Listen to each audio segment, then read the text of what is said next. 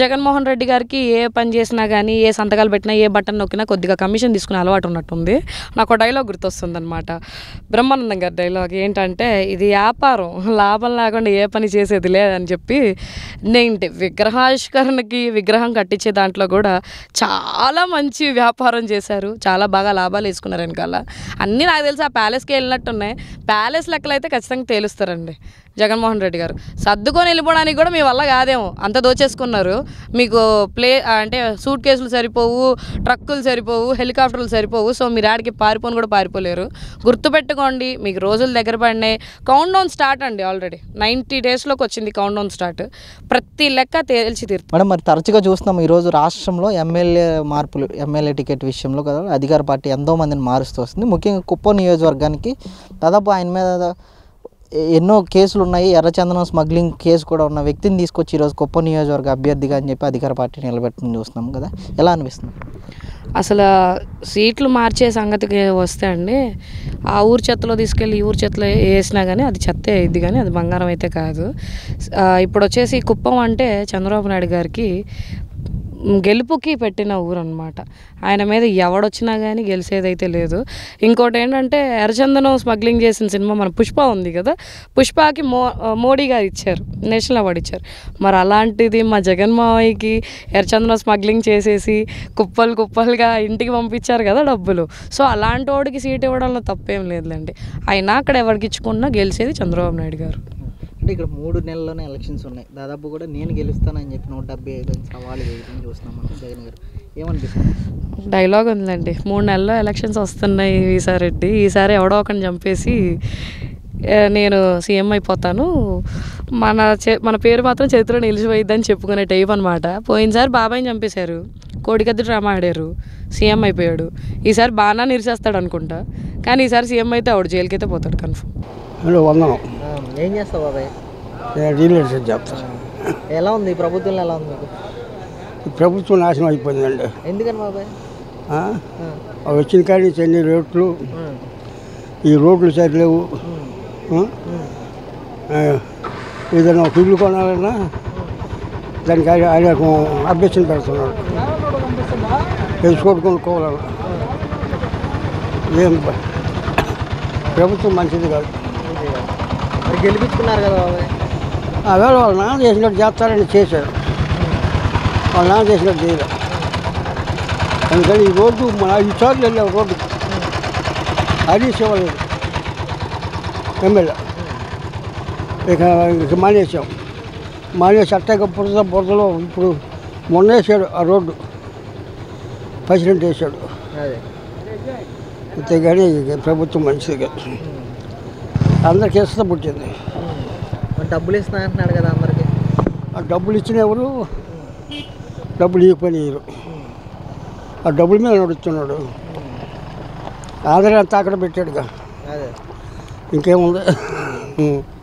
నేను ఎట్లా ఉంటుంది ఎలక్షన్స్ అనేవి? ఎలక్షన్ మా తెలుగుదేశానికి వేస్తాడు, చంద్రబాబుకి. అంటే చంద్రబాబు తప్పు చేశాడు అంటున్నారు ఈరోజు. ఏం చేయలే, ఆయన చేయదు. అంత డబ్బులు వచ్చి తీసుకున్నాడు, ఇంత డబ్బులు తీసుకున్నారు అన్నా కానీ ఏది యథార్థం చెప్పాలిగా, తీసుకున్నట్టు. ఆయన కావాలని చేశారు. ఆయన అంటే మా మందు తీసేస్తా ఉన్నాడు కదా, మందు చేసా ఎవడు తాగుతున్నాడు మందు? ఆ పిచ్చి మందు ఎవడు తాగుతున్నాడు? ఎవడు తాగట్లేదండి. మళ్ళీ గెలుస్తా 175 అంటున్నాడు కదా. ఛాలెంజ్ చేస్తున్నాడు రోజు. టీవీ మా ఆఫీస్లో టీవీ ఉంటుంది, 175 ఛాలెంజ్ చేస్తున్నాడు.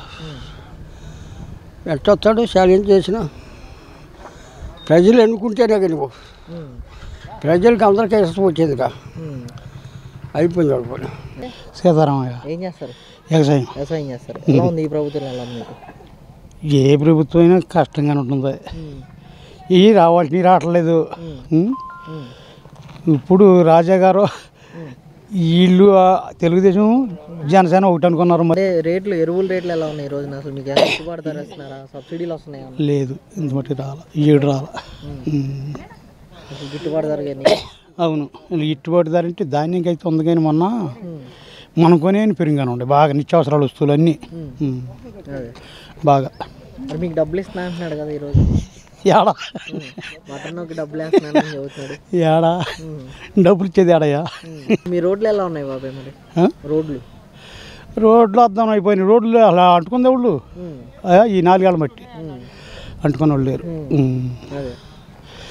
అని ఎట్ట జరుగుద్దో రాబోయే కాలం మంచిగా మారుద్ది అనుకుంటున్నాం. ఈ విధంగా తెలియజేస్తున్నాను.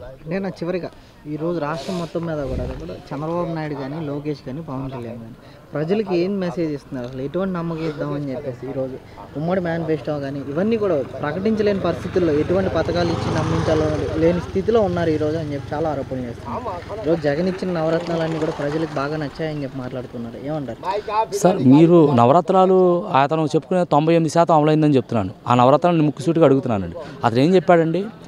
ఒక పెన్షన్ విధానమే ఏం చెప్పాడంటే 2000 నుంచి 3000 వెంటనే ఇస్తా అని చెప్పిన ఈ జగన్మోహన్ రెడ్డి ప్రతి సంవత్సరం 250 రూపాయలు మంచాడు. కానీ గతంలో నారా చంద్రబాబు నాయుడు గారు ఏం చేశారు? 200 నుంచి ఒక్కసారిగా 200% 2000 పెంచిన విధానం. అదేవిధంగా ఆయన వచ్చే ముందు ఏం చెప్పారండి? ప్రతి ఒక్క డిఎస్సి ఉన్న ఎవరైతే బిఎడ్ డిఎస్సి చేసిన ఉపాధ్యాయ ఉద్యోగస్తులు ఉన్నారో వాళ్ళందరూ కూడా సిపిఎస్ రద్దు విధానం చేస్తున్నాడు. ప్రభుత్వ ఉద్యోగస్తులందరూ కూడా మాట ఇచ్చి ఉన్నాడు. డిఎస్సి ప్రతి సంవత్సరం కూడా జాబ్ క్యాలెండర్ రిలీజ్ చేస్తా అన్నాడు. వాటన్నిటి కూడా బుట్ట దాఖలు చేశారా? అదేవిధంగా అమ్మఒడి ఎంతమంది పిల్లలు ఉంటే అంతమందికి ఇస్తా అని చెప్పి, ఆ తర్వాత లేదు నేను ఒకరికే ఇస్తా అని చెప్పి అది 15,000 రూపాయలని ప్రతి క్రమంగా తగ్గించుకుంటూ పోతూ 12,000 రూపాయలు చేసిన వైను మీరు చూస్తూ ఉన్నారు. అదే కాకుండా చేయూత అని లేకపోతే ఆసరా అని ఇవన్నీ చెప్పిన పథకాలు నువ్వు అతి అరాకొరగా కరెంటు బిల్లు ఎక్కువ వచ్చిందనో, లేకపోతే మీలో గ్యాస్ మిలిటర్ ఉందనో, లేకపోతే 2 వీలర్ ఉందనో అన్నిగా పథకాలను కట్ చేసిన వైను అనేది ఈ జగన్మోహన్ రెడ్డి చేస్తున్నారు. దానికి వేరే విధంగా ఏ విధంగా దోచుకుంటున్నాడండి? కరెంటు బిల్లు ఇదివరకు ఎంత ఉండేదని దాదాపు 8 సార్లు పెంచిన వైను. అదేవిధంగా ఏదన్నా ఏదో సొంత చిన్న ఇల్లు ఉన్న వాళ్ళకి ఇదివరకు హౌస్ ట్యాక్స్ 150 రూపాయలు ఉండేది. ఈరోజు ఎంత ఉందండి? ఆస్తి పన్ను 600 నుంచి 800 రూపాయలు వసూలు చేసే వైను. పప్పు, ఉప్పు, నూనెతో సహా అన్ని రేట్లు పెంచిన వైఖరి అనేది ఉంది. ఈరోజు పెట్రోల్ ఎంత ఉందండి? ఇవన్నీ కూడా ప్రజలు బ్రతికే మౌలిక సదుపాయాలతో పాటు ప్రజలు తీసుకునే ఆహార ఉత్పత్తులు అన్నింటిలో ఆ సంస్థలతో కొమ్మక్క ఈ జగన్మోహన్ రెడ్డి కమిషన్ల రూపంలో వాళ్ళ దగ్గర నుంచి డబ్బులు తీసుకోవటం వలన ఆ వ్యాపారస్తులందరూ ఈ యొక్క పూర్తిగా మౌలిక సదుపాయాల మీద, ఆహార ఉత్పత్తుల మీద రేట్లు పెంచి అధికంగా ప్రజల దగ్గర నుంచి దోచుకునే వైఖరి అనేది ఈ విధంగా ఈ జగన్మోహన్ రెడ్డి తెరలేపి ఆ విధానం అనేది ప్రవేశపెట్టాడని మీ అందరూ కూడా తెలియజేస్తున్నాను. అవన్నీ పథకాలు కాదండి, అతని యొక్క ఖజానాకు ఏ విధంగా డబ్బు మార్చుకునే విధానాన్ని రూపు చేసిన వైనం అనేది ఈరోజు సామాన్య ప్రజానీకానికి కూడా అర్థమైపోయింది. మీ అందరూ కూడా తెలియజేస్తున్నాను.